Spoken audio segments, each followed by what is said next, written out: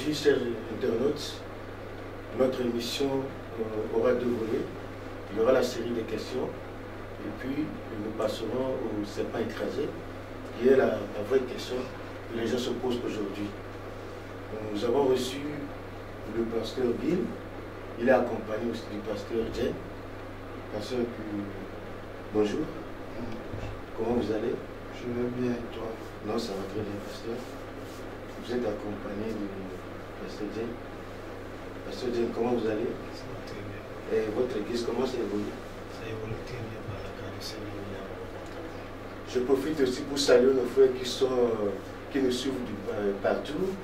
France, Brésil, Canada, aux États-Unis, en Afrique, partout. Vraiment, que Dieu vous bénisse. Merci pour vos suggestions, vos questions et qu'est-ce que je peux dire, vos amendements que vous faites. Vraiment, et ça nous aide aussi à améliorer nos émissions. Que Dieu vous bénisse aussi. Et pasteur, nous sommes là pour des questions. Nous devons savoir. Et comme je l'ai introduit, il y a des frères qui nous ont posé des questions. Des frères qui veulent savoir, par exemple, il y a un frère depuis la France, il s'appelle Mabika Leslie. Il dit ceci: merci beaucoup, pasteur Bill, pour la marque de la bête. Ma question est la voici. Quelle différence y a-t-il entre la marque de la bête, l'image de la bête et le chiffre de la bête? Merci.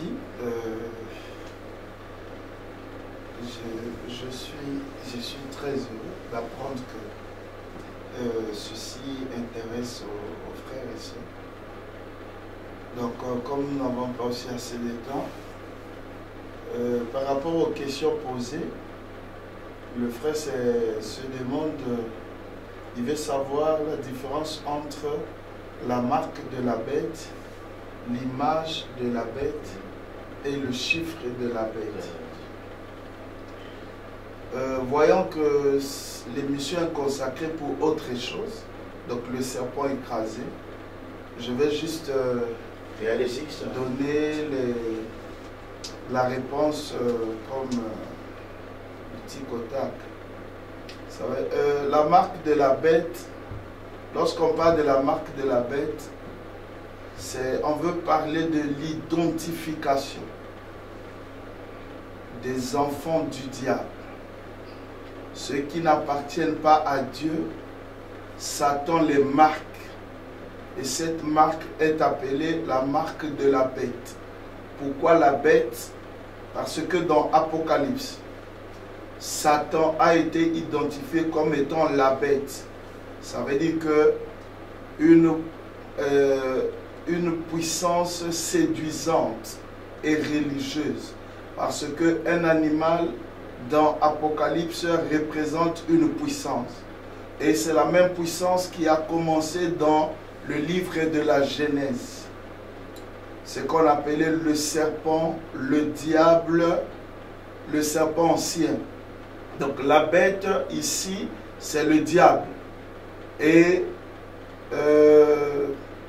sa personnification aujourd'hui sur la terre, c'est le pape de Rome.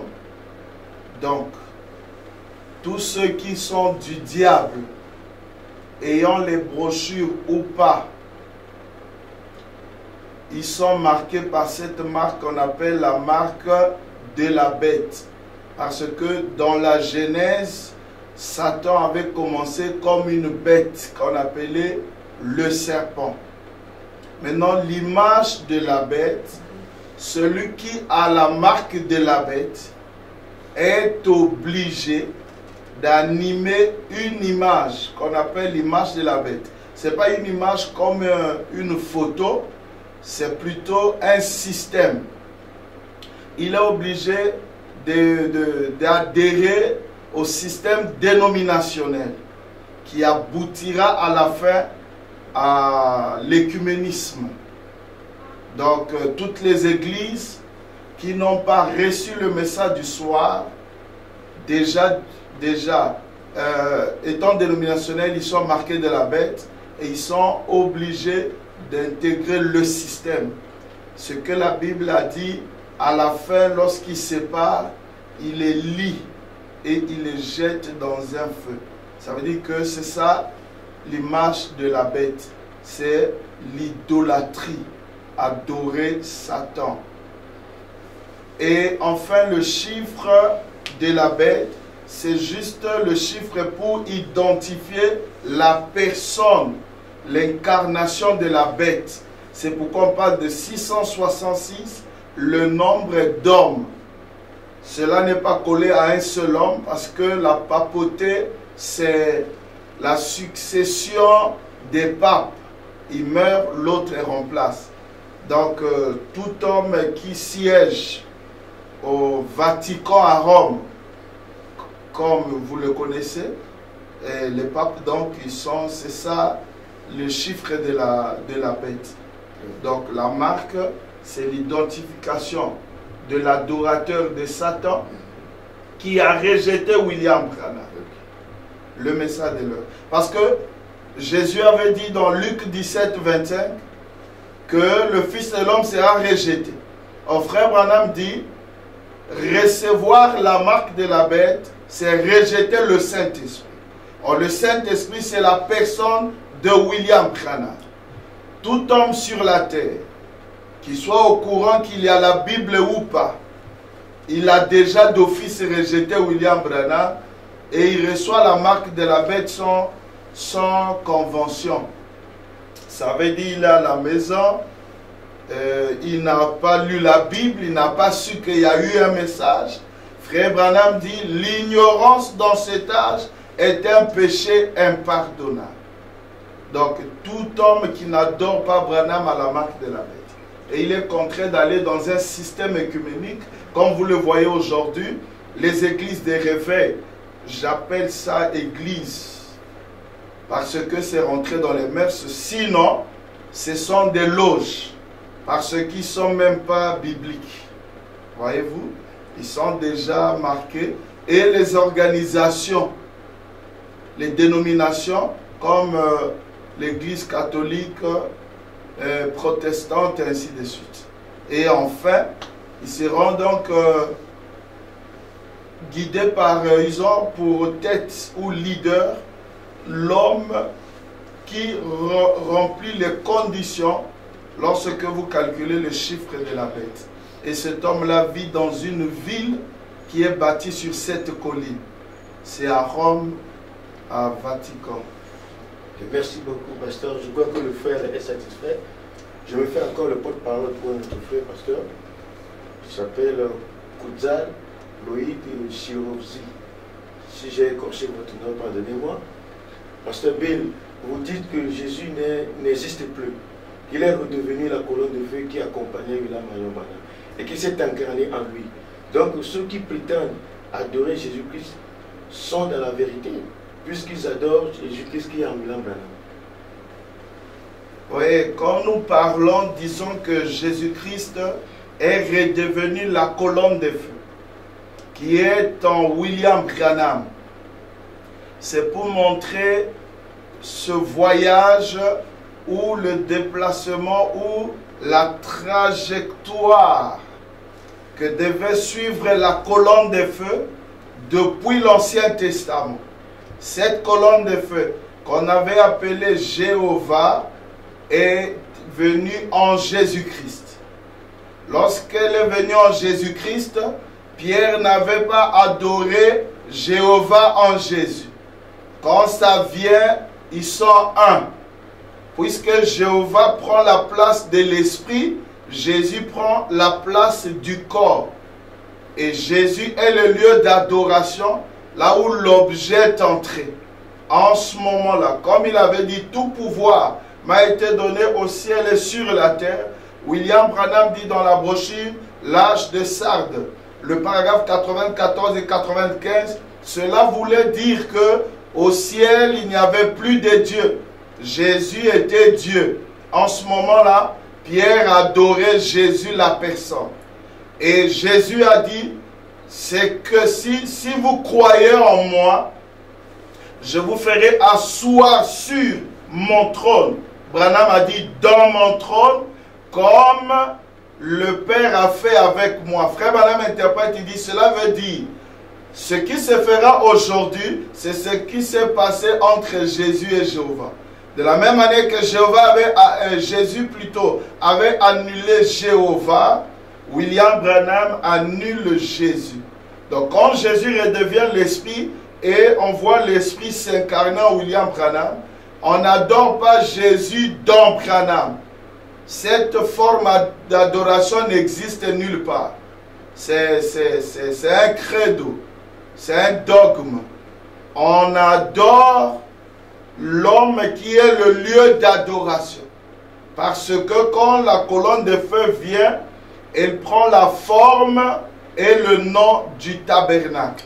Donc ceux qui disent qu'ils adorent Jésus en Branham, ils sont en erreur. Merci beaucoup, pasteur. Nous continuons avec les questions. Le frère Désiré Pami de la Belgique veut savoir, pasteur Bill, qui est réellement dans la colonne de nuée. Dans la nuée de gloire. Le frère veut savoir qui est dans la nuée de gloire. C'est une confusion. Parfois, il faut bien dire, voyez ses yeux, voyez sa bouche. Les gens croient qu'il montre Jésus-Christ. Alors que parfois, il y a deux prédicateurs qui disent que non, c'est Frère Branham lui-même qui est dans la colonne de feu. Bon, ici nous allons prendre ce que Frère Branham dit. Frère Branham dit ceci. Déjà, quand nous prenons la Bible dit dans l'Ancien Testament, puisque nous avons 3 exodes, quand Dieu est descendu, il a invité Moïse seul. Et la Bible dit Moïse est entré dans la nuée, seul. Et dans le Nouveau Testament, le 2e exode, Jésus est entré dans la nuée seul. Et dans le 3e testament ici, puisqu'il n'y a pas le temps, sinon je lisais et essayez de rendre service. Christ est révélé dans sa propre parole. Frère Branham dit, quand les anges, les 7 anges sont venus, c'est que nous appelons la nuée de gloire. Il dit, ils m'ont emporté et j'étais dans la nuée. Donc celui qui est dans la nuée, c'est William Branham. Hein? Nous n'allons pas aller trop pour expliquer. Il avait dit Hoffman et tout ça. Non, non. Frère Branham, vous savez, il a dit que ce message serait très humble. Mais ceux qui voudront le voir, ils verront. Voyez-vous, il y a un mystère. C'est que aujourd'hui, quand lui veut parler ou se présenter, il parle de Jésus. Quand Jésus voulait se présenter, il parlait du Père. Donc ce sont les mécanismes ou la manière de faire de la divinité. Ok, merci beaucoup, pasteur. Je crois qu'on aura le temps, quand on parlera d'autres sujets, on va développer ça. Merci beaucoup, pasteur. Mais pour conclure, c'est William Branham qui est dans la nuit. Effectivement. Frère Désiré, sachez-le aujourd'hui, c'est William Mario Branham qui est dans cette nuit. Merci. Il y a un frère du Bénin, un bien-aimé, et il dit le cri de minuit. Et il faut vraiment parler du cri de minuit dans la brochure, le temps et le signe de l'union. Et prêché le 18 août 1963, paragraphe 54. Il voulait que vous lui expliquiez ce que ça veut dire. Vous parlez un peu du cri de minuit. Qu'est-ce que ça veut dire? Parce que vous savez, là-bas, à Abidjan, au Bénin, partout, il y a des gens qui introduisent ça d'une autre manière. Ils parlent du camping, des gens comme ça. Donc, il voulait savoir le cri de minuit, c'est quoi? Ouais, bon, ça va. Il y a certaines choses où on ne pouvait pas parler, hein, des êtres humains comme Kakou Philippe. C'est un être humain. Bon, on ne pouvait pas parler de ça, mais on est obligé parce que le peuple est dans l'embarras. Déjà pour commencer, parce que la manière dont le frère a posé la question, comme il est en Afrique de l'Ouest, on sait comment est-ce que ce mensonge-là a pris de l'ampleur. En Afrique, il n'y a aucun prophète, aucun messager. depuis que la Bible a commencé, il n'y a eu pas de prophétie pour qu'un prophète soit suscité en Afrique. Surtout en RDC, là où, surtout, ils sont toujours en promotion chaque fois. Il n'y a aucun prophète. Il n'y en aura aucun prophète en Afrique. Aucun messager. Mais il y aura des prédicateurs en Afrique. Dieu avait prévu que l'évangile parte de l'Est à l'Ouest. Et l'Est, c'est là où était Jésus, en Asie mineure. Et quand je me positionne ainsi, si je peux représenter la carte mondiale, j'ai ici l'Asie, l'Afrique est ici, l'Europe est là et l'Amérique est là, du nord et du sud. Donc quand la lumière part ici de l'Orient, ça ne repasse pas par ici en Afrique. Ça part en Europe.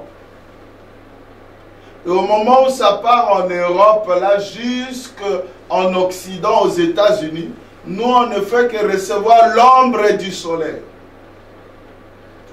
Et quand ça arrive aux États-Unis, depuis les États-Unis, nous recevons maintenant les effets bénéfiques. Ça veut dire que les ministères qui sont là-bas aux États-Unis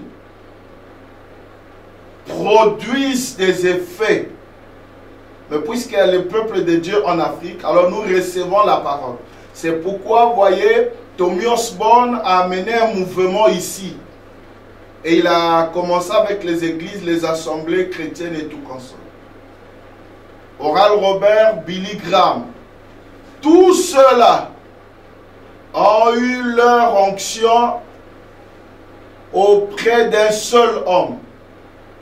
C'est feu William Branham. Donc, sur le cas du cri de minuit, William Branham avait déjà parlé. Il a parlé de Matthieu 25. Il dit, il y avait des veilles. Et à la 7e veille, on cria, voici l'époux. Et Frère Branham dit que la 7e veille, c'était le 7e âge de l'Église. Et lorsqu'on a crié, on a dit, voici l'époux, allez à sa rencontre. Or, l'époux était déjà là. C'est que l'Église ne connaissait pas l'époux. Mais on leur dit, allez vers l'époux. Et l'époux a toujours été, en Orient, l'époux était la parole faite chair. En Occident, l'époux sera la parole faite chair. Et la parole faite chair est reconnue par ses caractéristiques. Elle discerne les pensées du cœur. Hébreux 4 et 12. La parole de Dieu est plus efficace comme une épée à double tranchant. C'est la parole de Dieu, c'est la parole faite chair. Jésus l'a manifesté en Orient et en Occident, William Branham manifeste cela. Et maintenant même, au moment où nous parlons, cette histoire-là était déjà accomplie avec William Branham. Parce que la citation que le frère a donnée là, le temps et le signe de l'union, paragraphe 134. J'ai ça ici. Il dit, je lis quelque part, il dit, soyons prêts pour ce cri de minuit. Ça vient à l'heure où vous ne vous y attendez pas. Il y aura un cri, pas parmi le monde des incrédules. Ce sera un secret, mais parmi les croyants qui s'attendent à ceci. Voyez-vous les étoiles qui s'alignent? Voyez-vous? Qu'est-ce que cela a produit? Exactement ce que cela a produit au début. Voyez-vous? Nous voici, les signes arrivent. Nous voyons les signes de sa venue bénie apparaître. Et voilà, les feuilles du figuier deviennent vertes. Maintenant, l'évangile du royaume est parti vers chaque nation et nous sommes prêts, la fin est visible. Alors avec joie, nous annoncerons au loin le message de sa venue bénie. Quand il parle du figuier, il parle d'Israël, qui était déjà dans sa patrie. Or, Jésus avait dit, quand le figuier bourgeonnera, le Fils de l'homme sera sur la terre. Et Israël est entré chez lui. Là, nous sommes, lorsque Frère Branham parle, nous sommes en 1963. Or, d'après les calculs, Frère Branham dit, depuis 1946 ou 47, calculez 40 ans, il sera là.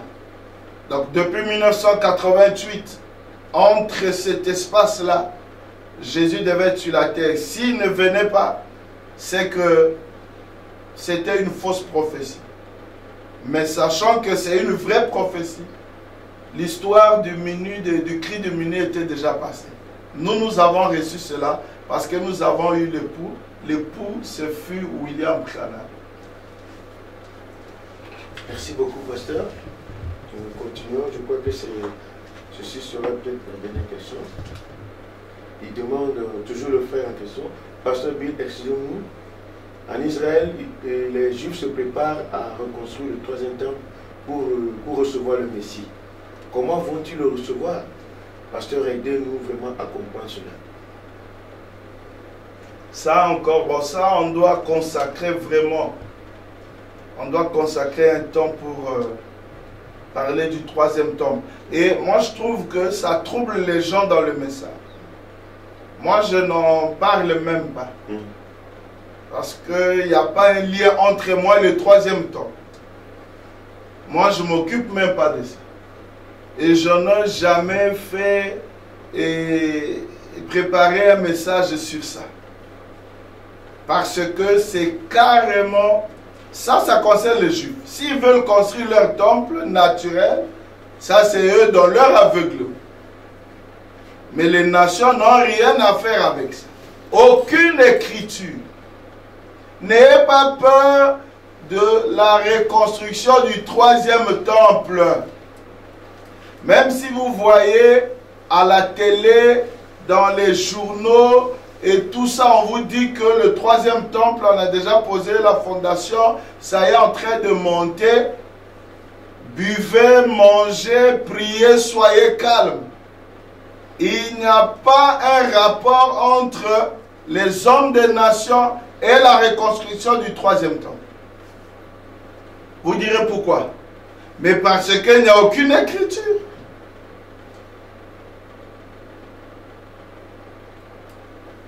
Quand Jésus est venu, il avait déjà changé le cours des choses. Les Juifs, selon la prophétie de Malachie, ils étaient postés, ils étaient là postés au temple naturel pour attendre Dieu qui allait venir. Le Messie. Mais il est venu d'une manière très simple. Au moment où ils attendaient au temple, lui il est en train de jouer dans les rues de Nazareth. Un petit bébé de 2 ans. C'est ça. Au moment où ils attendaient Dieu, Simeon dans le temple avait déjà vu le Messie. C'est ça. Les mages sont venus, ont reconnu le Messie.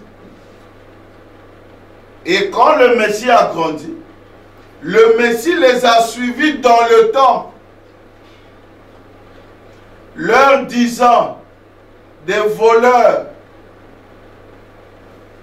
ma maison est appelée maison de prière, d'adoration, et vous en faites une caverne de voleurs.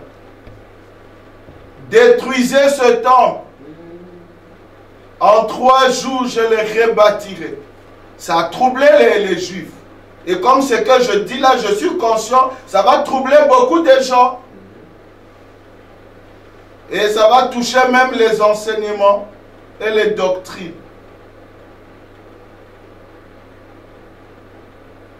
Ils se sont fâchés pour dire, ce temple a été construit pendant 40 ans. Et toi, en 3 jours.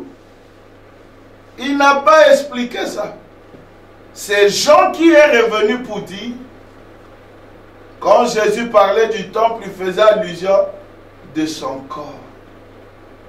Le temple, selon Jésus, c'était le corps de Jésus.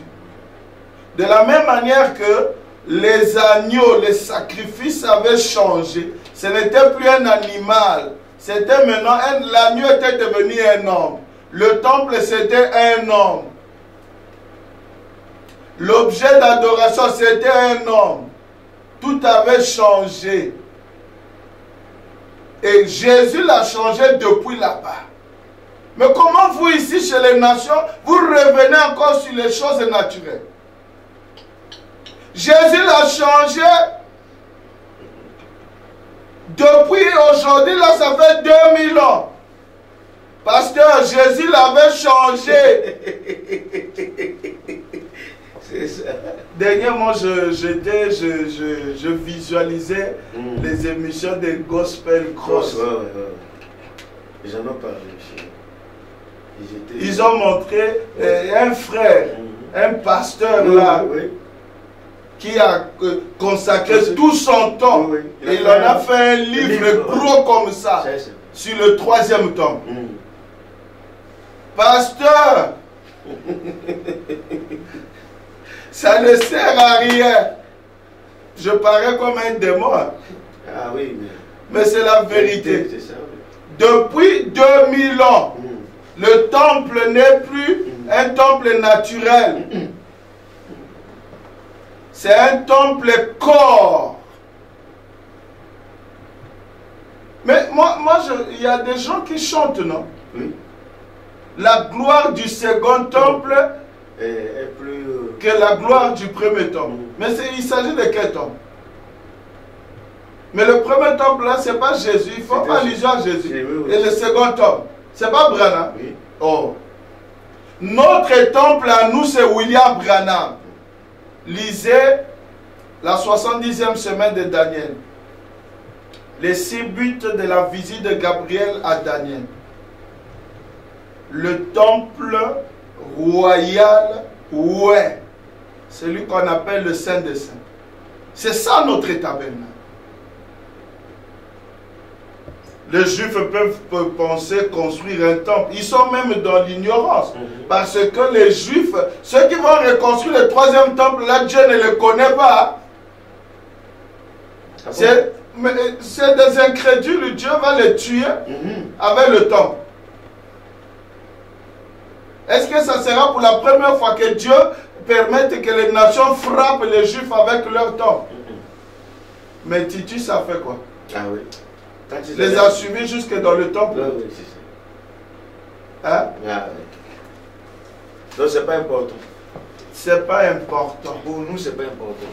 J'insiste. Oui, oui. Parce que je connais. J'observe, je vois. La plupart des pasteurs du message, ils sont là. Au lieu de prêcher les promesses en rapport avec le salut des nations, vous vous contentez du 3e temple. C'est un temple naturel. Même si on le construisait, qu'est-ce que tu vas avoir? Pour se substituer de Ruth et Naomi. Et que personne des nations n'envoie son argent là-bas.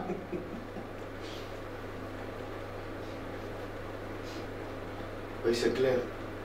Ce qui s'est passé à Shekinah Tabernacle, c'est une malédiction. Hein? Ah bon? Oui. Amener un juif dans l'église, il l'appelle rabbin. Selon quelle citation? Frère Branham me dit, tous les 144 000, personne ne les reconnaît. Parce que les documents traçant leurs tribus ont été déchirés. Il n'y a que Dieu qui peut les reconnaître. C'est pourquoi ils sont sauvés en tant que nation. Il dit pas ces prostituées de Wall Street qui se sont souillées avec les nations. Les 144 000 ont été déjà scellés. Là, c'est fini. Il y a plus. Mais c'est les ouvriers de la 11e heure. C'est ça, oui. Mais c'est pourquoi la Première Guerre mondiale fut arrêtée le 11-11-11. Pourquoi? Ézéchiel 9. L'ange a l'écritoire à la ceinture. Il dit retenez les 4 vents. C'était la Première Guerre mondiale. Ça devait mettre fin à l'histoire du monde. Et frère Branham me dit dans les 10 vierges, j'avais 9 ans, je jouais. Et j'ai appris que l'Amérique devait envoyer encore d'autres Américains à les combattre. Et j'ai écouté comme ma mère parlait, il disait, mon père devait être envoyé. Il dit, là où je jouais, je suis allé derrière le hangar et la guerre fut arrêtée. Bon, là, il voulait dire quoi, pasteur? Mais ça, c'est grave. Frère Branham me dit, c'est le Saint-Esprit qui a arrêté la Première Guerre mondiale. Et le Saint-Esprit avait 9 ans à l'époque. C'est fort. Le Saint-Esprit jouait et arrêtait la guerre. Il a arrêté la guerre. Donc jusqu'aujourd'hui, on ne sait pas qui a arrêté la guerre. Ils ne savent pas, le monde ne sait pas. Ils fêtent ça, ils ne connaissent pas. Tout. Même les gens du message ne savent pas Ah que bon? c'est frère Branham qui a arrêté la Première Guerre mondiale.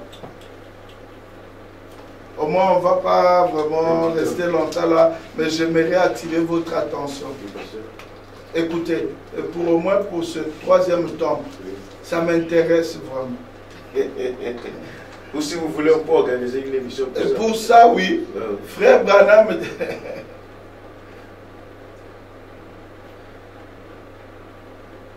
William Branham dit, depuis l'Ancien Testament, Dieu entrait dans son temple sous la forme de la colonne de feu. C'est ça, oui. Le premier temple, c'est ce que Moïse avait fait. Oui. La colonne de feu est venue. Oui. Après cela, on a détruit tout ça. Oui. Quand je parle de Moïse, y compris Salomon. Parce que Salomon l'a bâti selon le modèle de Moïse. Oui, c'est ça.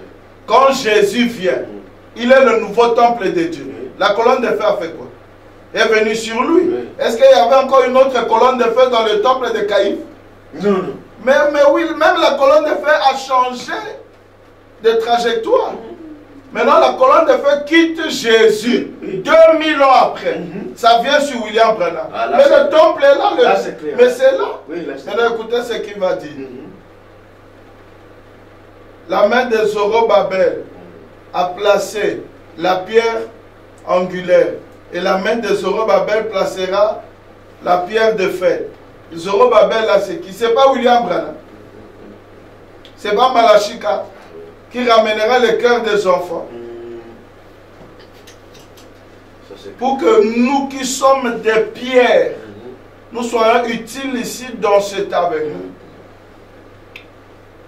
Et nous savons que les Écritures déclarent que Jésus est la pierre principale de l'homme et qu'il est aussi la pierre de fête. Je lis dans le message de grâce, le paragraphe 51. Maintenant, si nous réfléchissons quelques instants, c'est le 7e messager de l'Église qui devrait ramener la foi des enfants au Père. En d'autres termes, reconstruire l'Église par la puissance de l'Esprit.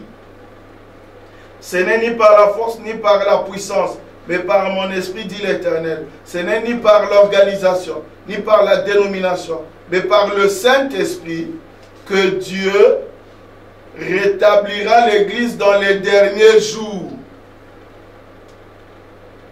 Notre Église, la voici. Notre temple, le voici. Il est où?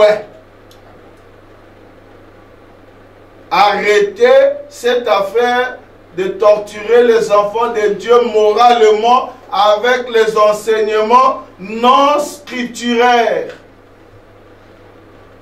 C'est le moment où nous parlons. Il n'y a pas de rabbin reconnu par Dieu là-bas chez les Juifs. Mais vous trouverez des rabbins. Même depuis que, quand Jésus était sur la terre, s'il y a un vrai travail que les Juifs savent faire, c'est toujours de se substituer en Messie. Il y a eu les faux Messies même avant Jésus. Et pendant que Jésus était là, il y avait les faux Messies, les faux rabbins. Les vrais rabbins, c'est ceux-là que Branham a rencontré. Et Branham a rencontré un rabbin qui a vu le discernement des pensées et il a dit, voici mon Jésus. Frère Branham dit, quand l'un d'eux a reconnu, les autres étaient nés de nouveau. Mais vous prenez un juif, vous l'amenez dans le temple, au nom de la reconstruction du 3e temple. Et vous dites aux enfants de Dieu de prendre cet argent-là et d'envoyer là-bas. Je vous mets en garde. On vous fait faire autre chose au nom du message. Donc, le problème, c'est que la construction du 3e temple, il n'y a pas de rapport avec nous. Merci, ça concerne les Juifs. Même les Juifs, là, même s'ils construisent, ils reconstruisent ça, ça ne leur apportera rien. Ils sont déjà perdus. Mais Paul avait déjà dit non. Un Juif, pas seulement celui qui descend d'Israël, pas celui qui laisse selon la chair, mais selon la promesse. Donc c'est un peu ça. Vraiment, merci beaucoup, pasteur. Vous avez épuisé les séries de questions. En fait, la troisième question du frère du Bénin nous introduit dans la deuxième partie, c'est-à-dire notre deuxième volet. C'est sur le serpent écrasé. Je crois qu'il a posé. La troisième question, c'est sur le serpent écrasé. Donc, il dit ceci. Mais avant le serpent écrasé, oui. Celui qui a parlé du 3e temple, après, il avait parlé quoi Oui, lui, il a parlé de l'adoration sur Branham et il présente le serpent écrasé. C'est ce que je voulais vous lire. Il dit... Non, voilà, dans sa question-là, il a 3 ou 2 questions.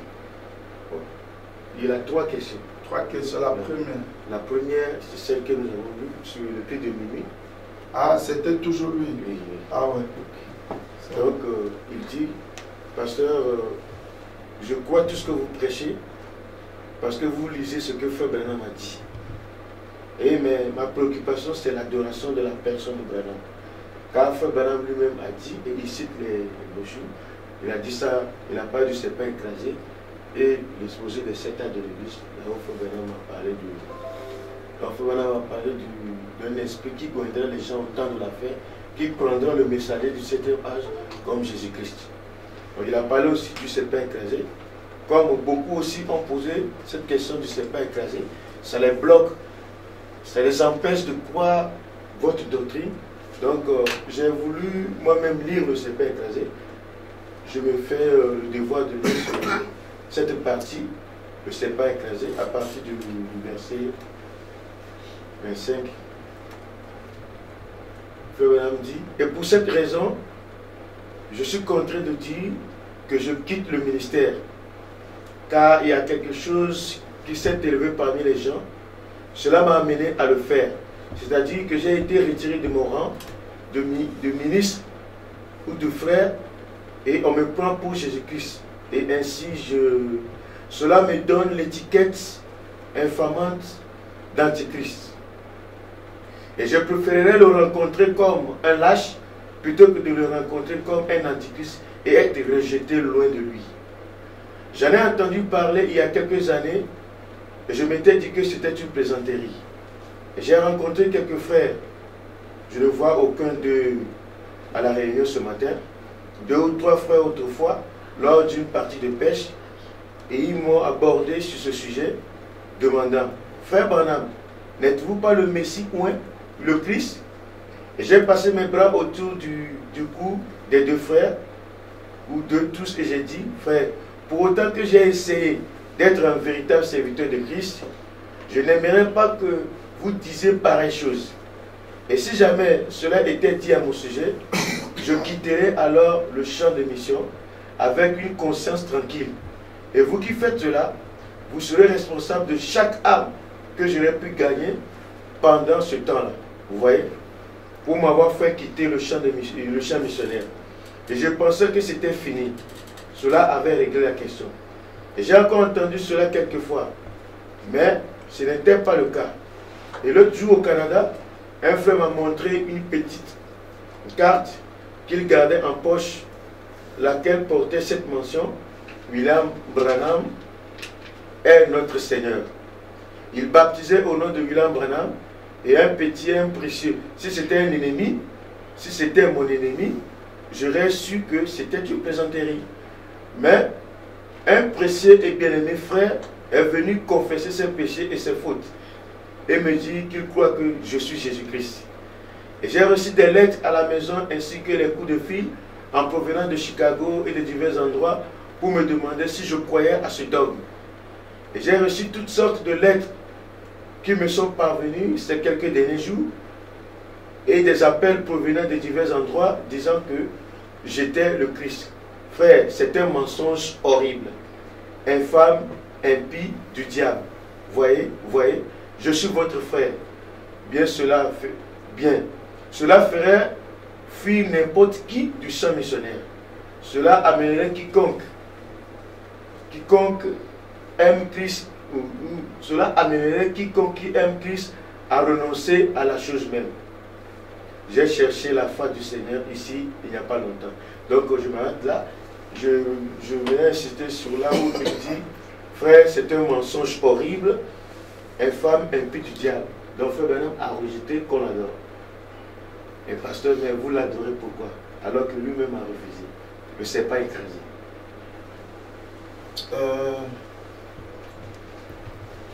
Moi, je crois que... Merci pour la question. Merci. Montre, j'ai ça ici. Bon. Le serpent écrasé. Moi, je ne sais pas si les gens font attention à ce qu'eux lisent. Parce que quand je rencontre les gens, ils disent: non, vous qui adorez William Branham, Frère Branham avait vu cet esprit-là, c'est un esprit du serpent, un esprit jaune-noir, quand ça se saisit de quelqu'un. Moi, j'ai dit: quel esprit? Ils ont dit: le serpent que Frère Branham avait vu. J'ai dit: ah, mais il a été écrasé. Vous le voyez encore. Ne sais pas question. Mais c'est écrasé. Ah, le titre, c'est le serpent écrasé. Pas mort seulement, mais écrasé. Oh, moi, je ne sais pas quelque chose qui est écrasé. Comment est-ce que ça peut encore réagir? Mais pasteur, on comprend est-ce pas. Que même toi-même, journaliste, hein? Est-ce que tu te rends compte que tu viens de lire le serpent écrasé? Oui, c'est ce que j'ai lu. Le titre, c'est le serpent écrasé. C'est un serpent. Le serpent mort ou le serpent blessé ou le serpent écrasé. Le serpent écrasé. Le serpent écrasé? Oui, pasteur. Et quand il est écrasé, c'est fini. Pourquoi les gens ont peur? Pourquoi les gens ont peur? Aidez-nous, pasteur, parce que vraiment, c'est peu... Je suis déjà en train Là, je vous aide. J'attire l'attention des gens pour comprendre. On doit d'abord faire attention à ce qu'on lit. Le serpent écrasé. J'ai dit à un frère, mais tu ne pouvais même pas me poser la question de dire que non, ça c'est l'esprit que Frère Branham avait vu. Ce n'est pas cet esprit-là. Parce qu'il y a des citations, je vais lire tout de suite, où Frère Branham dit: c'est fini, c'est fini, et le serpent est mort, et pas seulement c'est mort. Pas le fait de rejeter et ce que les gens disent de lui qui fait que le serpent soit écrasé. C'est-à-dire que quand les gens l'adorent, lui il dit non, c'est fini, il rejette. C'est pas ça le serpent écrasé? Non. Ah. Écoute, attends, il y a une chose encore. On va aller d'abord petit à petit. Je vais d'abord faire porter aux gens leur casque de réflexion. C'est les termes de William Branham. Au fait, quand les gens se montent sur le serpent écrasé, je ne sais pas, ils ont tendance d'accuser plus les frères. Hein? Mais moi, je vais ici montrer que Frère Branham accuse Satan dans cette affaire. Lui n'accuse aucun frère. tous ceux qui ont essayé d'adorer, faire les cartes, William Branham est notre Seigneur baptisé, personne n'a été accusé par Frère Branham.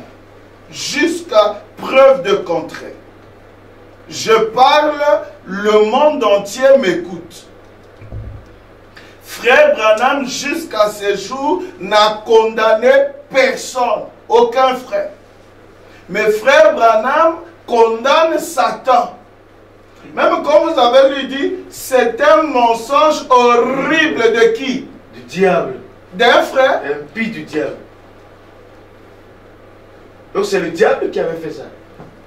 Est-ce que quand Ève est tombée, en écoutant le mensonge du diable, nous on a rejeté Ève? Nous on n'a pas rejeté Ève. On a voulu aider Ève en sachant, en montrant à Ève que c'était Satan qui pervertissait la parole. Et je vais ici encore montrer ce que les gens ne connaissent pas. C'est le ministère de Satan. Le serpent écrasé, en fait, c'est quoi? Je doute fort que maintenant, là, qu'on termine ça, c'est long, c'est prophétique. C'est un enseignement. Et ça sera, je crois, on va en faire en 3 prises. Parce que maintenant, là, on ne peut pas finir ça. Oui, pasteur. Vous savez pourquoi? Vous savez pourquoi? Écoutez. Il faut voir le dévancement. Ça a toujours été le ministère de Satan. Satan a dévancé Adam au jardin d'Éden. Frère Madame dit, Satan connaît le plan de Dieu plus que les prédicateurs.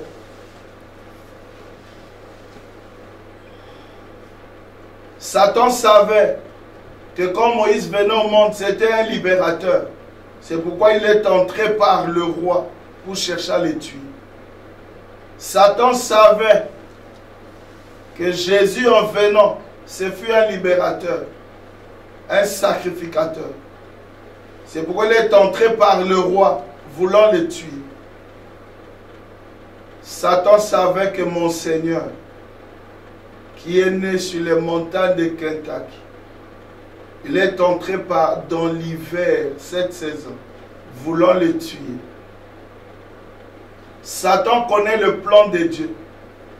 Satan savait que les hommes ne devaient pas venir par l'union de l'homme et la femme. Frère Branham dit, lisez le message. Il a dévancé Adam dans cette affaire. On va d'abord lire. Je pose ici un fondement. On ne peut pas parler ici vaille que vaille. Le serpent écrasé reste jusqu'au moment où nous parlons ici. La chose la plus difficile qui a bloqué des très bons frères et des très bons prédicateurs à entrer dans le pays. Le serpent écrasé. 1. Retenez. C'est pas ça le titre de la prédication. Le titre de la prédication, c'est Apocalypse chapitre 5. Première partie. Mais lorsqu'on ajoute le serpent écrasé, c'est pour indiquer que la vision là de William Branham au sujet de ce serpent noir-jaune se trouve dans la brochure. Dans cette brochure, Frère Branham n'a pas prêché serpent écrasé. Il a juste raconté la vision. La vision du serpent écrasé, c'était une vision qu'a eu Frère Branham concernant le dévancement de Satan par les frères sur le ministère de William Branham et de son identité divine ou spirituelle. Vous êtes sans oublier que quand Jésus, après son baptême, est allé dans la forêt, qui l'a dévancé? C'était Satan. Au sujet de son identité. Il dit, si tu es fils de Dieu. Mais pourtant, Satan savait que lui, le fils de Dieu. Si tu es fils de Dieu, c'est le travail de Satan. Frère Branham est né sous la constellation des 3 étoiles. En dehors de Jésus-Christ, il n'y a que Branham qui soit sous la constellation des 3 étoiles. Pas une autre personne. Jésus est né en avril.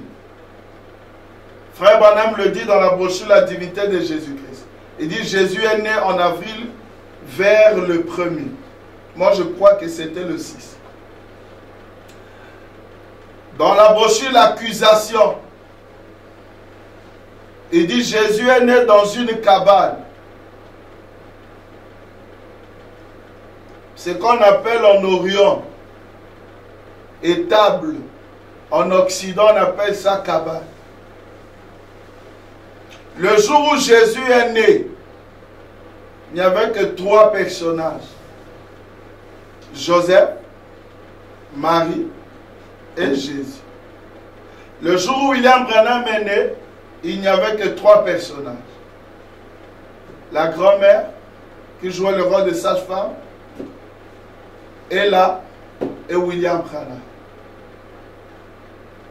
Les mages ont reconnu la naissance de Jésus étant une naissance surnaturelle, un acte de Dieu. Les mages aujourd'hui ont fait la même chose avec William Branham. Jésus a discerné les pensées du cœur. William Branham a discerné les pensées du cœur. Jésus fit la parole faite chair en Orient, selon Zacharie 9. Le même Zacharie, au chapitre 14, promet et parle, et c'est que nous avons vu l'accomplissement, William Branham est la parole faite chair en Occident. Tout ce que Jésus était, Branham l'a été. Jésus est né virginalement, Branham est né virginalement. Jésus a laissé la tombe vide, Branham a laissé la tombe vide. Ses frères n'ont pas pris le vin pour écrire sur des papiers William Branham est le Seigneur Jésus-Christ. Ils ont vu des choses. Ils ont entendu des choses. Et ces choses-là venaient de frère Branham lui-même.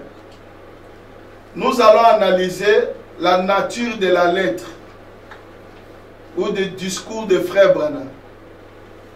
Quand le frère lisait, il a dit ceci. Pour cette raison, quelle raison? Je suis contraint de dire que je quitte le ministère. Car il y a quelque chose qui s'est élevé parmi les gens. Cela m'a amené à le faire. C'est-à-dire que j'ai été retiré de mon rang de ministre ou de frère. Et on me prend pour Jésus-Christ. Et ainsi, on me prend. Et cela me donne l'étiquette infamante. Je préfère lire ici. Là, c'est le paragraphe 26.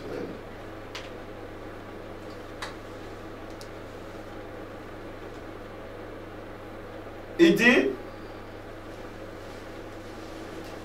ainsi, et cela me donne l'étiquette infamante d'antichrist. Et je préférais le rencontrer comme un lâche, plutôt que le rencontrer comme un antichrist, et être rejeté loin de lui.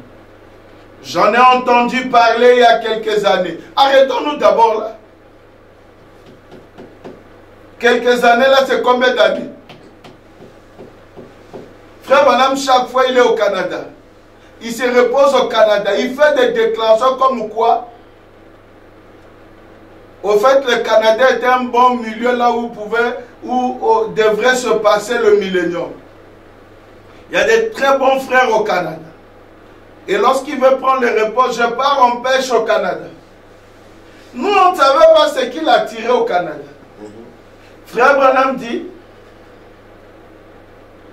j'en ai entendu parler il y a quelques années.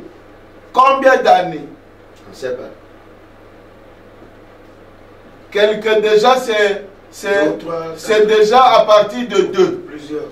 Moi, je peux dire 10. Si toi, tu t'arrêteras à 2, il n'y a pas de problème. Mais moi, je peux dire 10. Et il dit, et je m'étais dit que c'était une plaisanterie.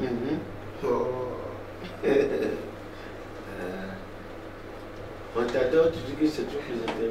Vos frères bien-aimés, mordons un peu notre conscience. Soyons quand même sérieux.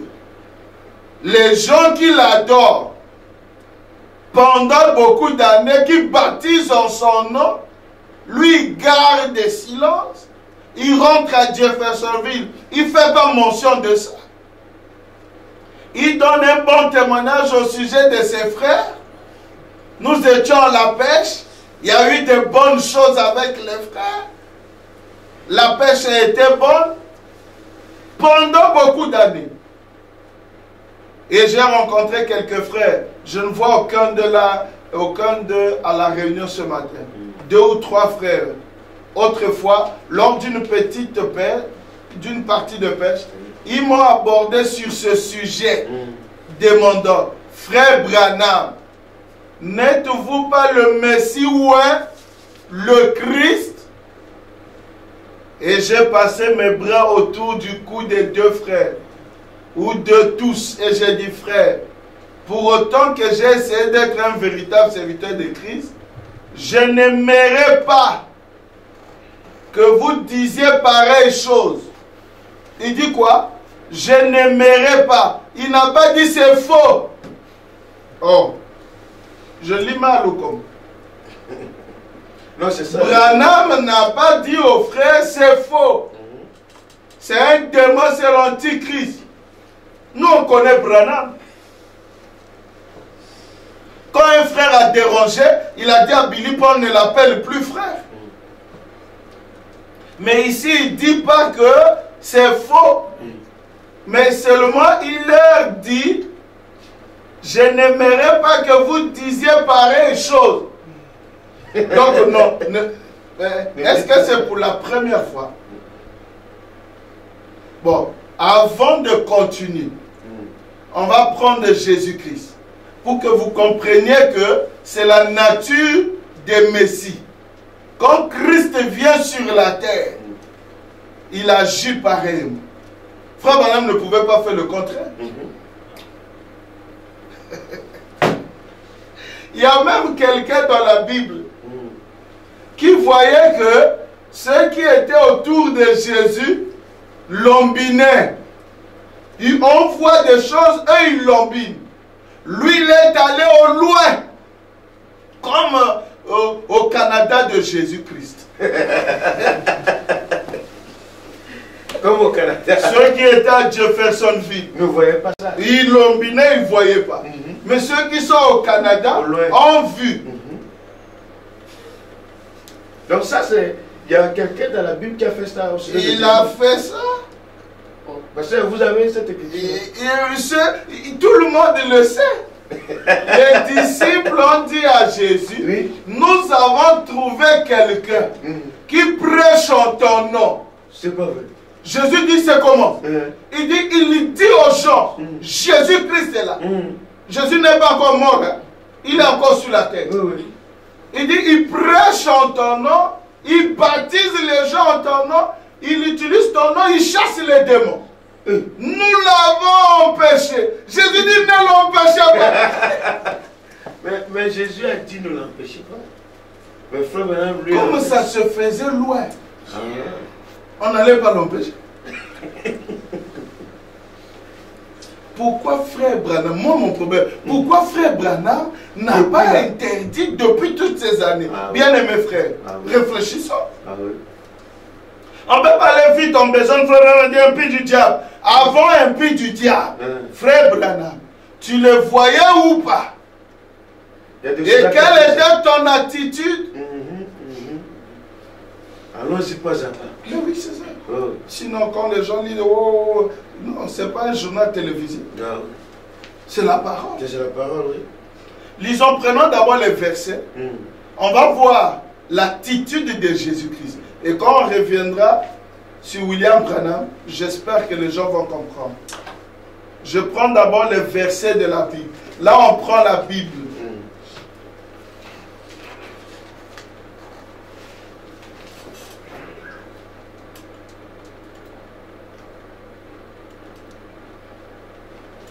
La Bible dit, Matthieu chapitre 16, le verset 17 et 20, je serai un peu rapide.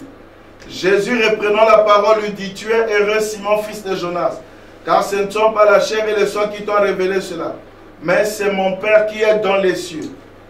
Et moi je te dis que tu es Pierre, et que sur cette pierre je bâtirai mon église, et que les portes du séjour des morts ne prévaudront point contre elle. Je te donnerai les clés du royaume des cieux. Ce que tu lieras sur la terre sera lié dans les cieux. Et ce que tu délieras sur la terre sera délié dans les cieux. Alors, Jésus, il recommanda aux disciples de ne dire à personne qu'il était le Christ. Frère Branham me dit aux frères, je n'aimerais pas que vous disiez cela, que vous racontiez cela. Mais Jésus s'y fait quoi? En retrait comme à la pêche au Canada. Il pose la question. Chez Frère Branham, c'est eux qui posent la question, mais ici, c'est Jésus qui pose la question. Pourquoi Jésus posait la question? Il voulait quand même se rassurer. Ceux qui sont avec moi là, ils me prennent comme qui? Est-ce qu'ils croient? Ils me prennent comme ceux du dehors? Ceux-là, oh non, ceux-là pensent que tu es Jérémie et ceci, cela. Pendant que Jésus était là, Jean-Baptiste était là, Jean-Baptiste est mort devant Jésus, d'autres croyaient les églises. Oh, il est Jean-Baptiste est revenu. Bon, ça c'est eux. Maintenant, vous qui me suivez, vous dites quoi? Pierre dit, tu es le Christ, le Fils du Dieu vivant. Tu es heureux, Pierre, fils de Jonas. Ce ne sont pas la chair et le sang, mais c'est mon Père qui est dans les cieux. Pourtant, Pierre a la révélation. Jésus trouve que c'est bon. Mais si Pierre a la révélation, il a connu que c'est bon. Mais il allait l'encourager pour dire, va prêcher ça. Mais au contraire, Jésus dit, alors il recommanda aux disciples de ne dire à personne qu'il était le Christ. Mais il est venu au monde pour que les gens le connaissent. Mais pourquoi il interdit à ses disciples de le dire aux gens? C'était comme une foi secrète. Ça c'est vrai. Lorsqu'il est au dehors, il utilise les paraboles. Dans Matthieu 11, quand il se retire, Pierre dit, pourquoi tu leur parles en parole? Dis, oh, tu es Christ, tu es la parole. Il dit, non, j'utilise les paraboles selon la prophétie d'Ésaïe qui avait dit, qui enverrai-je pour aveugler ce peuple? Pour qu'en regardant, qu'ils ne voient point, qu'en écoutant, qu'ils n'entendent pas, qu'ils ne comprennent pas, de peur que je ne les sauve. À eux, il ne leur a pas été donné de comprendre ce mystère au sujet de Christ. Mais à vous, il vous a été donné. C'est pourquoi quand je parle en parabole là-bas, quand je me retire avec vous, j'explique. Et ce n'est pas l'attitude de William Branham avec des prédications telles que la lettre au Dieu à Liva. Il dit, appelez-moi les gars. Et ces gars-là, c'est des Sotman. Et ça se passe dans la maison de Sotman. Avec Wood, Léo Mercier, Jen, et seulement ces gars. C'est dans un petit coin que Frère Branham m'expliquait ces choses. Suivons d'abord Jésus-Christ. Parce que quelqu'un peut se poser la question pour dire, mais pourquoi frère Branham maintenant interdisait? Si c'était bon. Mais pourquoi Jésus-Christ interdisait à ses disciples de dire aux gens qu'il était Christ? Luc chapitre 9, depuis le verset 18 à 21. Un jour que Jésus pria à l'écart, ayant avec lui ses disciples, il leur posa cette question. Qui dit-on que je suis? Ils répondirent, Jean-Baptiste. Les autres, Élie, les autres, qu'un des anciens prophètes est ressuscité. Et vous, leur demanda-t-il, qui dites-vous que je suis? Pierre répondit, le Christ de Dieu. Jésus leur recommanda sévèrement de ne le dire à personne. On ne doit pas le dire. Il devait cacher cela. C'est pourquoi moi je vous dis que dans le serpent écrasé, frère Branham a connu ça il y a des années. Pourquoi il n'avait pas condamné ça aux États-Unis? Si ça ne le plaisait pas et que c'était faux, pourquoi il ne condamnait pas ça? Ici c'est en secret. Vous pensez que quand Pierre répondait tu es le Christ de Dieu, c'était en public? C'était à côté. Oh non, frère Branham, s'il est Dieu qui le dit, c'est clairement les gens. Mais Jésus-Christ, que vous aujourd'hui, vous pensez adorer alors qu'il n'existe même une dénomination chrétienne depuis 2000 ans. La dispensation chrétienne n'a duré que 3 heures et demie. 2000 ans de dénomination. Jusqu'aujourd'hui, vous continuez à vous appeler des chrétiens. Alors que frère Branham a dit dans l'exposé de 7 ans d'église, tout chrétien, le nom a changé. Vous êtes en retard, hein, mon frère. Vous êtes très en retard. Et c'est l'orgueil qui fait ça. Paul a condamné ça en disant, les gens qui ont de l'estime pour soi, ils pensent connaître alors qu'ils connaissent. Manger le serpent écrasé. Non, non, mais étudions le serpent écrasé. Pour mieux comprendre le serpent écrasé, on commence avec Jésus. Jésus, Luc chapitre 9, 21. Jésus leur recommanda sévèrement de ne le dire à personne.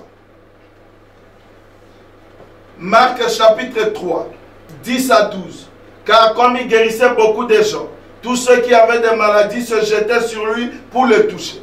Les esprits impurs, quand ils le voyaient lui, se prosternaient devant lui et s'écriaient, tu es le Fils de Dieu. Et il leur recommandait très sévèrement de ne pas le faire connaître. Et tu es le Christ. Tu es venu au monde pour sauver les gens. Maintenant on veut te faire connaître. Oh non, ne dites pas. Marc chapitre 8, verset 27 à 30. Jésus s'en alla avec ses disciples dans les villages de Césarée de Philippe. Il leur posa en chemin cette question. Qui dit-on que je suis? Ils répondirent Jean-Baptiste, les autres Élie, les autres l'un des prophètes. Et vous, leur demanda-t-il, vous qui me suivez, frère Branham, les gens qui vous côtoient souvent. C'est compliqué, hein? Ce qui était cela, ça ne peut pas changer. Et vous leur demanda-t-il, qui dites-vous que je suis? Pierre lui répondit, tu es le Christ. Ce n'était pas tous les disciples, Pierre. Et les gens ont haï Sotumane pour rien. Tous n'allaient pas voir. Dieu n'est pas auteur de dénomination pour donner une révélation par coïncidence au même moment, à la même heure, à la même seconde à 2 personnes. Et il ne fait pas de dénomination, mon frère. Il commence avec un. Jésus leur recommanda sévèrement de ne dire cela de lui à personne. Allons d'abord. La Bible. Eux aussi lisent la Bible. La Bible! Si tu ne comprends pas la Bible, tu rejetteras la lumière du soir. Luc chapitre 5, versets 14 à 16. Puis il leur ordonna de n'en parler à personne. Mais dit-il, va te montrer au sacrificateur. Il avait prié pour quelqu'un. Et offre pour ta purification ce que Moïse a prescrit, afin que cela leur serve de témoignage. Sa renommée se répandait de plus en plus. Et les gens venaient en foule pour l'entendre et pour être guéris de leur maladie. Et lui, Jésus, il se retirait dans les déserts et priait. La renommée se répand, lui, il va au désert. Quand les frères du Canada ont commencé à publier que frère Branham est Dieu Christ, le Seigneur Jésus, lui s'enferme dans la maison. Oh, je vais abandonner le ministère. Ah, Pasteur Bill. Ça est là, c'est clair. Vous êtes en train de... Non, mais il faut qu'on montre aux gens le parallèle. Qu'ils voient. Marc chapitre 1er, le verset 40-45. Un lépreux vint à lui et se jetant à genoux et lui dit, d'un ton suppliant, si tu le veux, tu peux me rendre pur. Jésus, ému de compassion, étendit la main, le toucha et dit, je le veux, sois pur. Aussitôt la lèpre le quitta et il fut purifié. Jésus le renvoya sur le champ avec des sévères recommandations. Et lui dit, garde-toi de rien dire à personne. Mais va te montrer au sacrificateur et offre pour ta purification ce que Moïse a prescrit, afin que cela leur serve de témoignage. Mais cet homme, Dieu Tout-Puissant, frère Peregrine a dit dans son livre Les Actes des Prophètes, il dit, pour être sincère, moi je n'adore pas Branham, mais les jours où, après le serpent écrasé, quand frère Branham a réprimandé ça, lorsque 2 semaines après, Peregrine dit, nous étions avec frère Branham, et un groupe de frères est venu. Ils ont dit, frère Branham, mais les frères l'ont repris encore.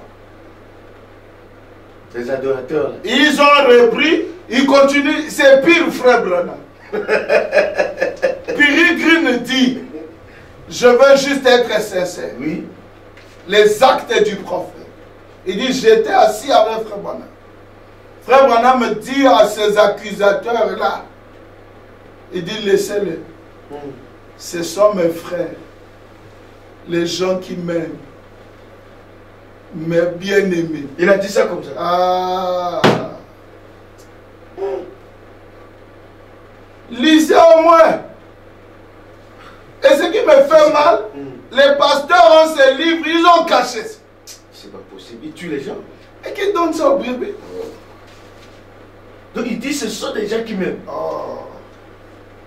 Frère Branham me dit, frappez sur internet les actes du prophète. Vous allez avoir le livre de Peregrine. Il rend témoignage. Il dit, frère Branham me dit à ses frères, laissez-les tranquilles. Ce sont les gens qui m'aiment. Il dit, ce sont mes bien-aimés. Je pèse les.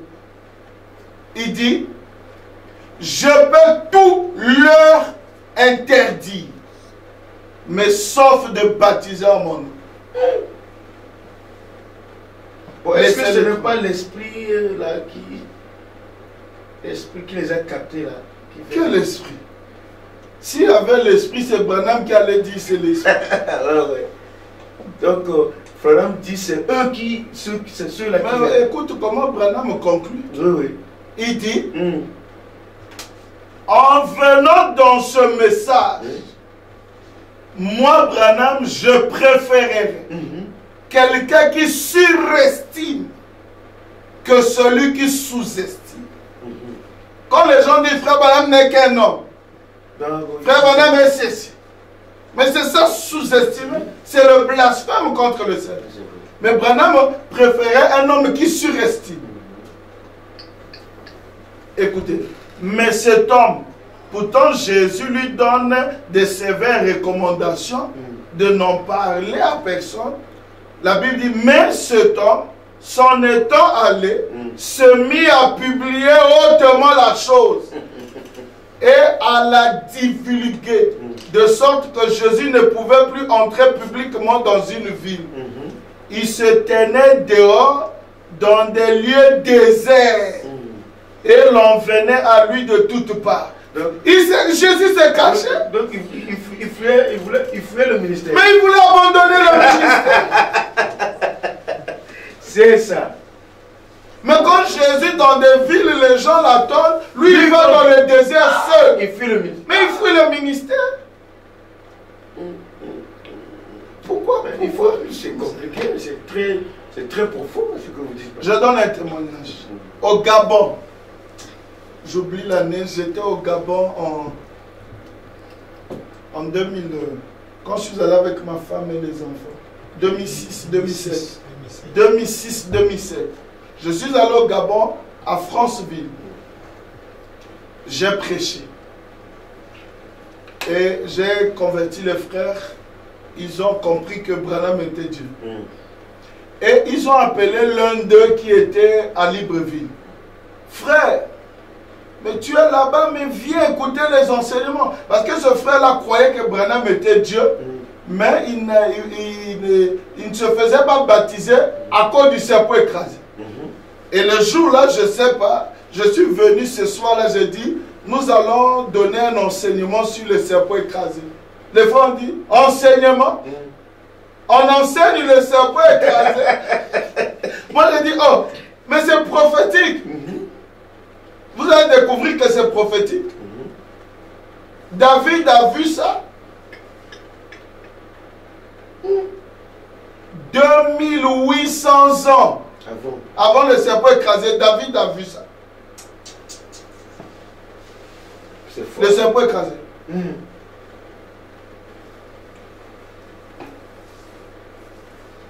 Dans le psaume 22, la Bible dit, c'est le psaume là que Branham a pris pour prêcher, vivant, mourant, ensevelir, ressuscitant, révélé. Le psaume. Là où Jésus a dit, mon Dieu, pourquoi m'as-tu abandonné?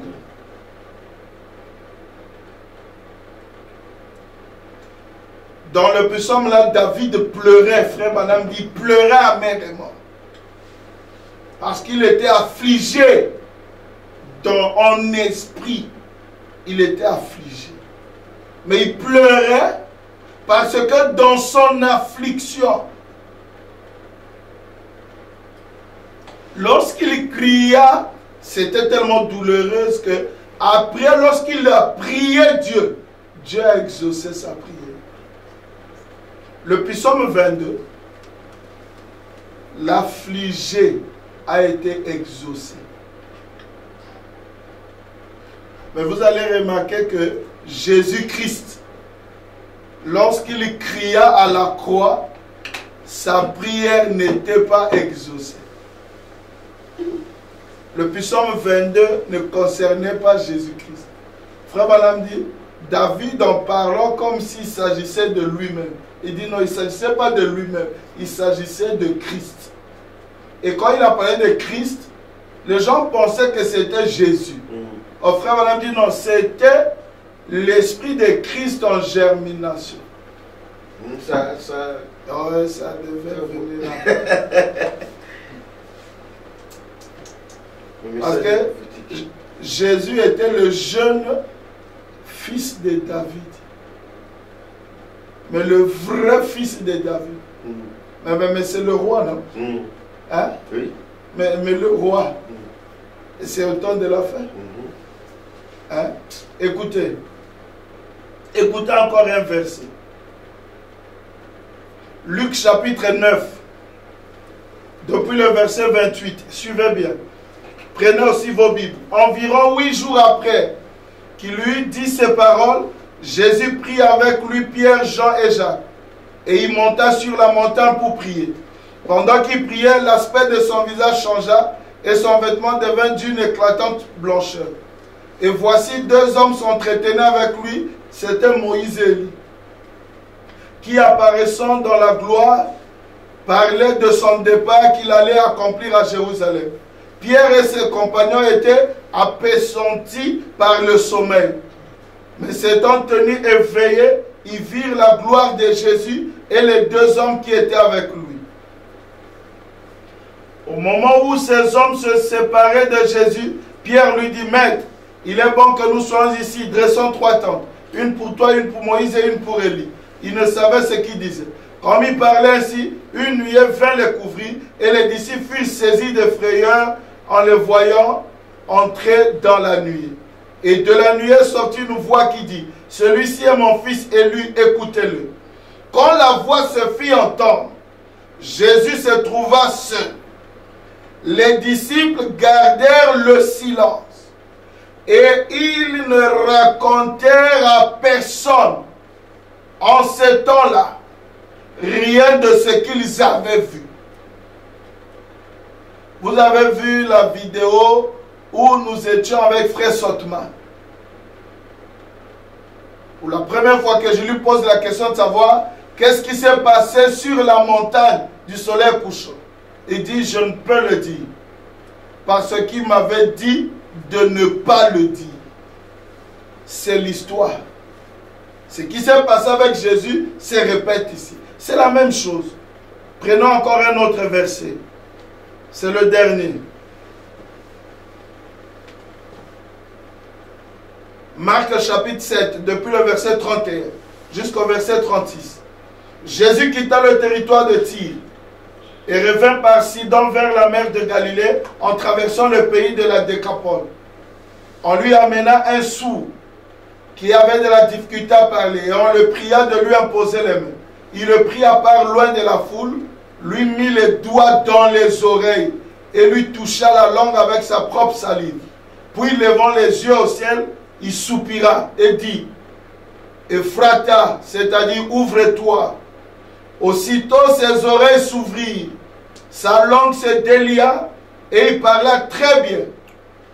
Jésus leur recommanda de n'en parler à personne. Point virgule. Mais plus il leur recommanda, plus il le publiait. C'est ça. Frère Branham, les frères que tu as interdits là, ont repris encore. Ils continuent toujours. Bon, laissez-les. Laissez-les. Ça ne s'est pas passé avec Jésus-Christ. C'est ça.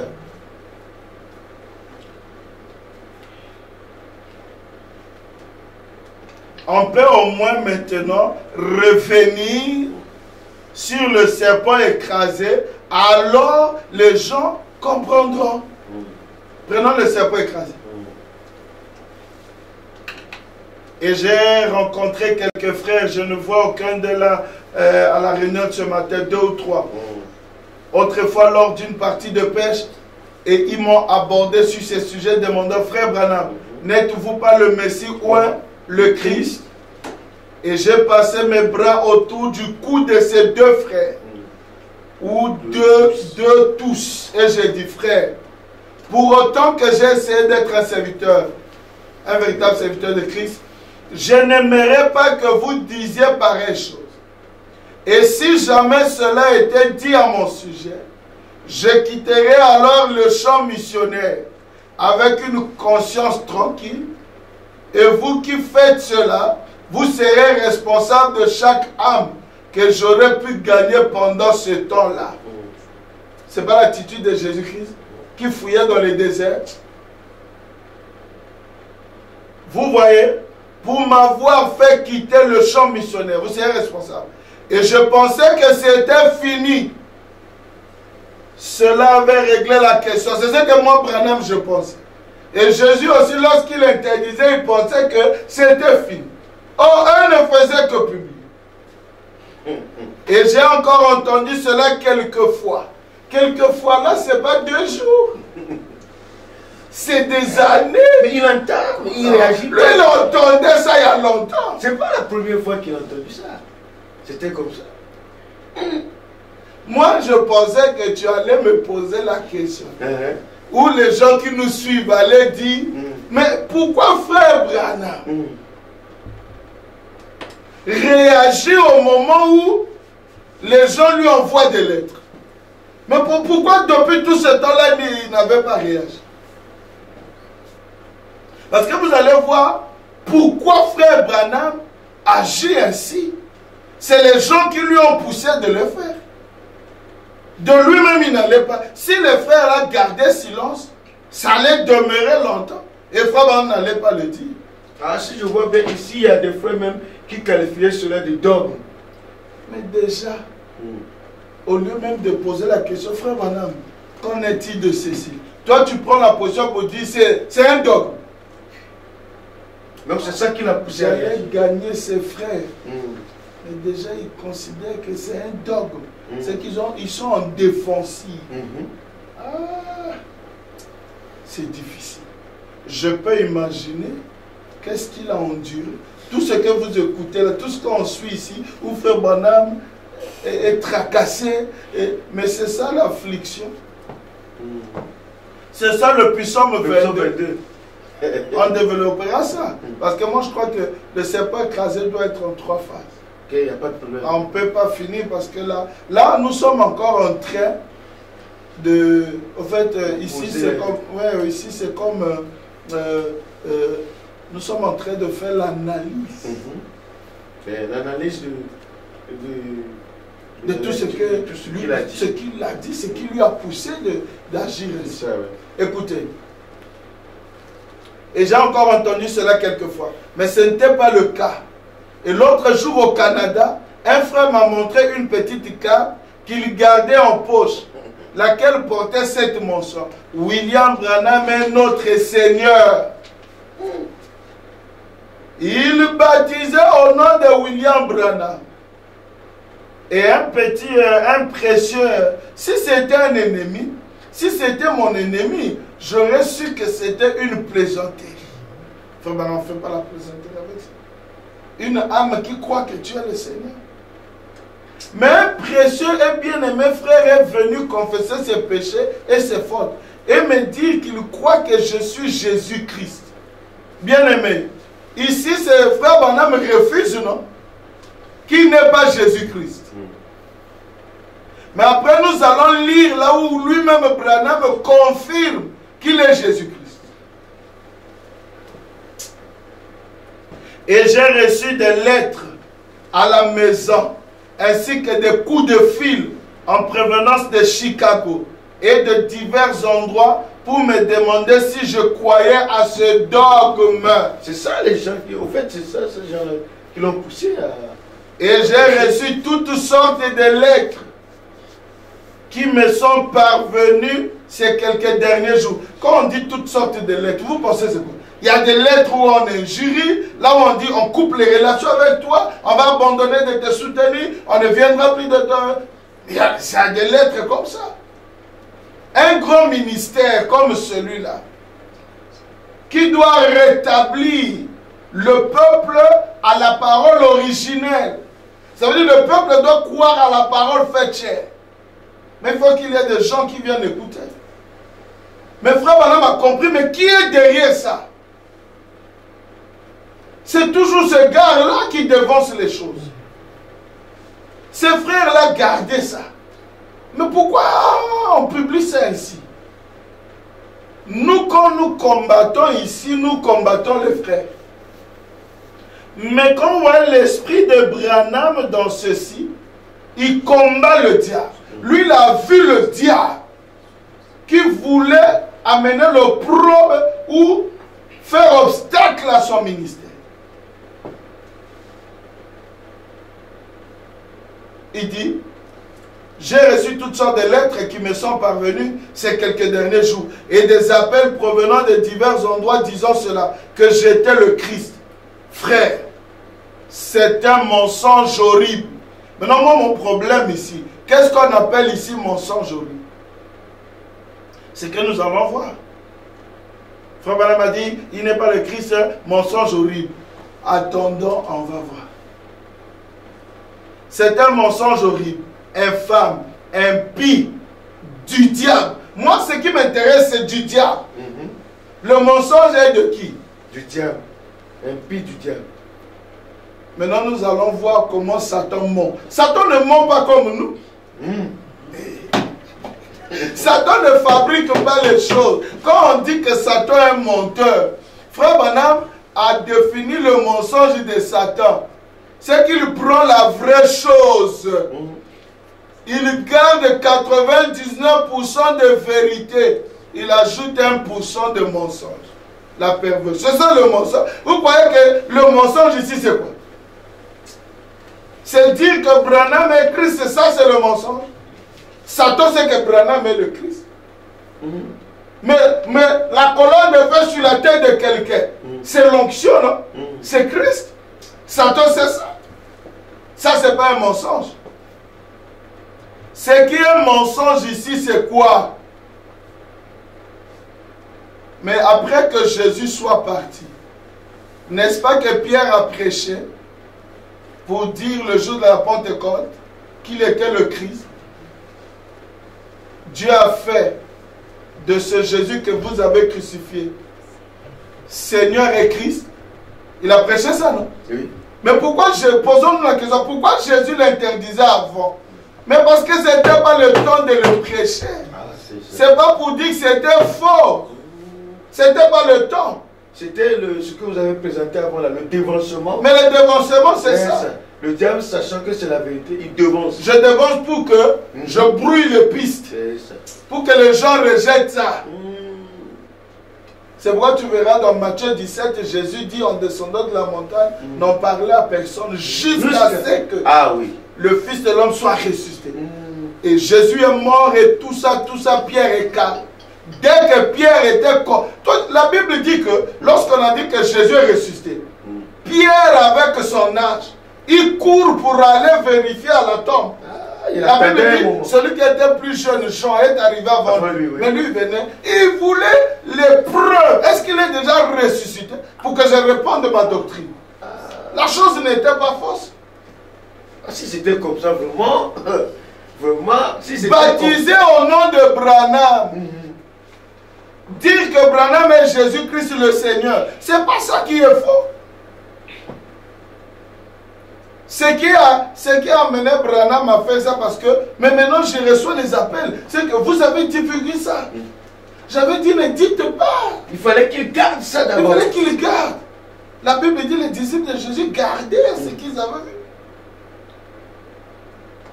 Cela a amené Jésus à aller dans le désert.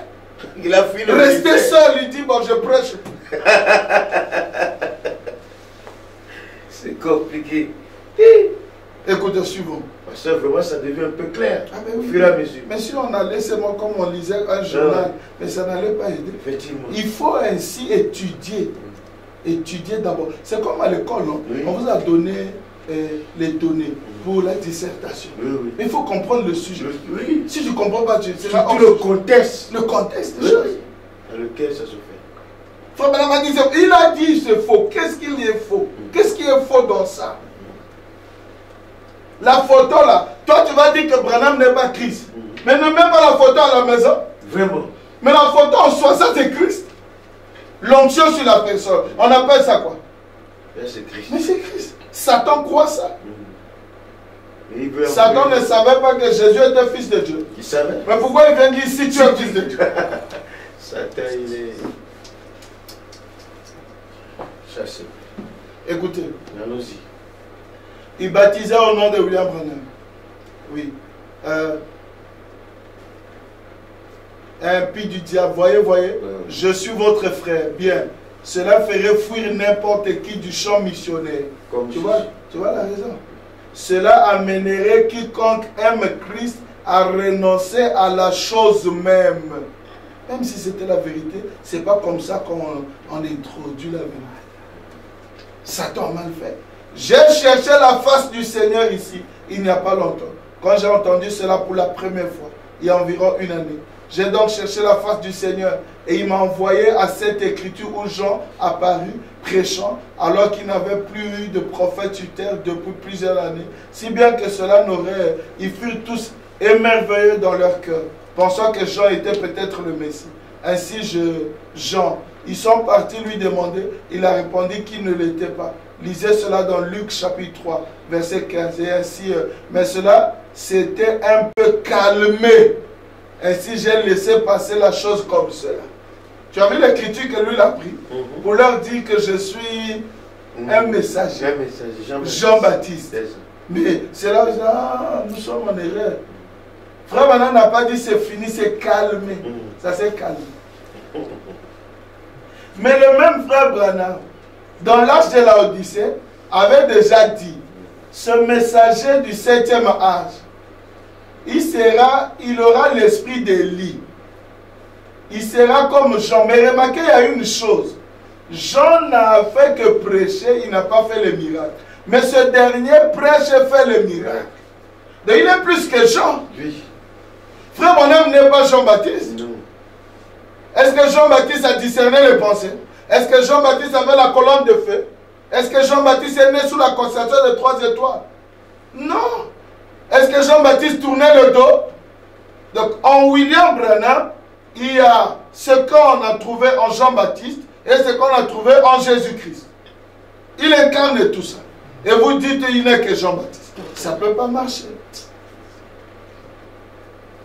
Je vais lire 2 citations pour montrer, soutenir mes pensées comme frère Branham a dit. Dans l'eau toujours présente du rocher, le paragraphe 34, prêché le 23 juillet 1961. Et c'est cela qui a fait que les frères commencent la doctrine selon laquelle j'étais le Seigneur Jésus-Christ incarné. En 1961, après le serpent écrasé, il dit, les frères ont commencé la doctrine comme quoi, moi je suis le Seigneur Jésus-Christ incarné. Nous savons que cela mettrait le ministère en miettes et que cela mènerait de l'opprobre sur Christ, ainsi de suite. Voyez-vous? Ainsi, c'est la raison pour laquelle j'ai dû les secouer très fort pour arrêter cela immédiatement. C'est un peu écrasé. Il fallait secouer fort. Est-ce que comme Branham secoue fort là pour dire que c'est faux? Écoutez bien, il dit cela amènera l'opprobre, ça mettrait le ministère en miettes. Laissez d'abord que le ministère travaille. Mon temps n'est pas fini. Si vous avez compris, qu'est-ce qu'il dit? C'est que vous croyez sur moi. Il a dit faites quoi? Gardez ça d'abord. Moi je n'ai pas fini, vous commencez. J'ai dû les secouer très fort pour arrêter cela immédiatement. Pour leur faire savoir que cela ne venait pas de Dieu, que c'était du diable. Qu'est-ce qui est du diable?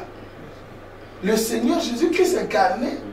De dire que frère Branham est le Seigneur Jésus-Christ incarné, ou le fait qu'il y a eu dévancement. C'est ce qu'on doit comprendre. Mais c'est ça. C'est que lui l'appelle du diable, c'est Satan qui a ce ministère depuis la Genèse. De dévancer le plan de Dieu. C'est pourquoi il dit ça ne vient pas de vous. Arrêtez ça. Sinon je vais abandonner. Non, frère Branham n'abandonne pas. Allez-y. C'est Satan. Mais dans le serpent écrasé, il dit quoi? 31 noms du ministère à l'égout de Satan. À la faveur de Satan. Voyez-vous? Et ce sont des braves personnes. Et cela montre que ces gens sont nés de nouveau de l'Esprit de Dieu. Parce que lorsqu'ils ont vu la vérité sûre par l'Écriture, lorsqu'il a pris Jean pour les calmer, ils sont revenus à Dieu immédiatement. Voyez-vous? Ainsi, cela montre que c'était Satan qui essayait de faire quelque chose avec les gens. Point. Ce sont tous des gens pieux, des chrétiens. Mais c'est Satan qui faisait ça. Maintenant, pour terminer, écoutez. Je dis terminer pour aujourd'hui. Oui, parce que je pense que on doit arrêter ici pour que les gens comprennent que dans cette affaire, Branham condamne le dévancement de Satan. En 1961, l'autre toujours présente, il dit que c'est ce qui a favorisé la doctrine selon laquelle j'étais le Seigneur Jésus-Christ incarné. Maintenant, pour prouver que ce que lui l'appelait, c'était Satan, c'était faux, ce n'était pas la doctrine, mais plutôt la manière, la procédure, confirmant frère Branham dans la nourriture spirituelle au temps convenable. En 1965, il déclare le paragraphe 160. La nourriture spirituelle tant convenable. Mais, maintenant, Dieu nous a promis ces choses pour les derniers jours. Point. Dans Malachie 4. Malachie 4, c'est qui? C'est William Branham. dans Malachie 4, il est dit que, dans Malachie 4, écoute bien aimé, ouvre la Bible. Maintenant on va voir, écoute le Malachie 4 de William Branham. Dans Malachie 4, il est dit que Jésus-Christ va descendre et s'incarnera lui-même dans la chair humaine comme il l'avait fait à Sodome. Mais au fait, dans Malachie 4, on a dit Élie le prophète. Là, c'est lui qui interprète ça comme ça. Ou bien... C'est l'interprète qui dit. Nous, quand nous disons Élie le prophète, c'est des symboles. Oui. Élie. Ah, c'est profond. Mais Jésus avait dit quoi? Élie lama sabachthani. L'interprétation disait quoi? Mon Dieu, pourquoi? Mais lorsqu'on dit je vous enverrai Élie le prophète, mais c'est Dieu qui vient sous forme d'un prophète. Quand toi et moi on voit Élie, lui quand il lit, il dit Jésus-Christ s'incarnera dans la chair de Malachie 4. Alors ce qu'il semblait refuser dans l'eau toujours présente du rocher, là il confirme ça ici. Donc, bon, dans Malachie 4, il est dit que Jésus-Christ va descendre et s'incarner. Là-bas, le frère prêchait que frère Branham et le Seigneur Jésus-Christ s'incarne. Où est la différence? Donc, c'est une question de... C'est pour dire que ce que lui appelle impie là-bas, ce n'est pas la doctrine. C'est la façon de faire. J'espère, par la grâce de Dieu, que les gens saisiront. Nous allons y revenir. D'ailleurs, les vidéos là iront en bloc, les trois. C'est très important. Avant de lancer, nous allons prendre ici serpent écrasé. Hein? On va aussi prendre serpent écrasé 2, serpent écrasé 3. Vous aurez les 3 en bloc. Et vous allez voir au niveau de 2. On va toucher la prophétie. Et à 3, on va conclure. Je crois que ça éclairera les enfants de Dieu. Merci. Merci beaucoup, Pasteur Bill. Vraiment, je crois que mes frères et sœurs internautes qui sont dans les églises partout, qui ont posé cette question, vous êtes éclairés. Vous avez vu comment le pasteur est parti par la prophétie, c'est-à-dire que par la lecture, ce que nous avons vu, le contexte dans lequel Branham a parlé, il a prêché le serpent écrasé. Donc comme il a dit, nous irons en 3 phases. La première phase, elle est déjà faite. Nous aurons la deuxième et la troisième. Pour que vous puissiez bien comprendre le serpent écrasé, ce qui empêche d'autres personnes à croire à William Branham. Mais pour ceux qui ont posé les questions d'avance, je crois que les frères ont reçu leur réponse. Si vous voyez quelque chose qui ne va pas, vous pouvez relancer. Mais nous voyons que tout est clair. Merci beaucoup. Vraiment, Dieu a été avec nous.